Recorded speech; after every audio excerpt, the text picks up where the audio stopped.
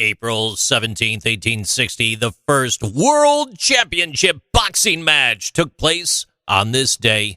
Not in a grand stadium like New York's Madison Square Garden that was host to later famous gladiator battles, but in an open field in southern England. The contenders were 25-year-old John Carbo Heenan, the All-American champion, and England's Tom Brighton Boy Sayers, 34 years old, who was described on posters as the small, clever little ring general. Reportedly, he gave up 4.5 inches in height and 3 stone in weight. Weighing 149 pounds, Sayers was just 5 feet 8 inches tall, while 6 foot 2 inch Heenan tipped the scales at 195 pounds.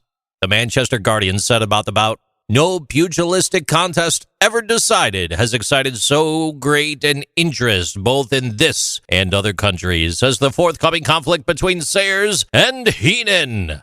According to one eyewitness, several members of Parliament were present. Among the nobility and gentry, besides the noble owner of the property, we were shown the Duke of Sutherland, the Marquis of Stafford, and Colonel Peel. There were about 2,000 people in attendance, and the crowd was very, very many of London's celebrities in the literary, artistic, and sporting world. This was a bare-knuckle fight, and that was actually illegal at the time. But that did not stop a huge crowd from gathering at the field just outside the village of Farnborough in Hampshire, many of the spectators having arrived by special trains from London. They were said to include writers Charles Dickens and William Thackeray, as well as the Prime Minister, Henry John Temple, and even the 18-year-old Prince of Wales destined to become King Edward VII. As the contenders stripped to the waist, Heenan is reported to have commented, "We have a fine morning for our business." Sayers replied, "If a man can't fight and win on such a crisp morning, then he can't fight at all." The contest began precisely at 7:29 a.m., and the two men fought on for an astonishing and brutal 2 hours and 27 minutes. Sayers was knocked down in the third and fourth rounds by Heenan. In the sixth round, Sayers broke a bone in his right arm, and for the rest of the fight, he decided his only hope was to attack Heenan's eyes, which he did successfully. They continued back and forth, blow for blow, round after victorious round, and Heenan was a mask of blood, lacerated badly across his face. The other eye had now completely shut from the left hand in the 33rd round, and some in attendance said that by this point, he was virtually unrecognizable. Sayers caused enough swelling to shut Heenan's eyes completely closed. In the 37th round, the fight descended into absolute and utter chaos when Heenan held Sayers around the neck on the ropes.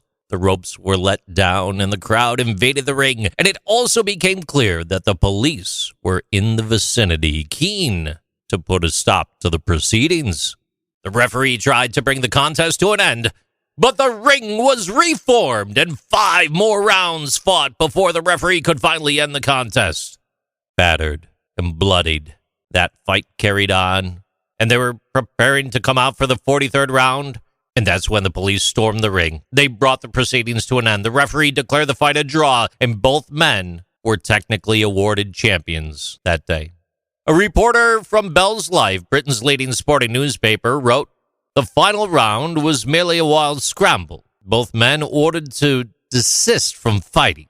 Heenan had rushed away from the ring and ran some distance with the activity of a deer, and although he was fit as ever, he was obviously totally blind. Sayers, although tired, was also strong on his pins and could have fought for some time longer." The fight was declared a draw that day, and the men were each paid £200 for their efforts, splitting the £400 prize.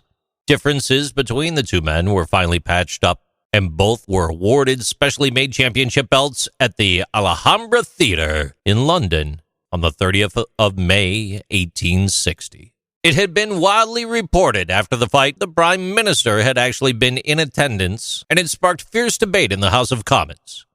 The scale and popularity of the event had swung public opinion, and despite the contest's brutality, the decriminalization of boxing was now actively part of the agenda of government. These are Interesting Things with JC.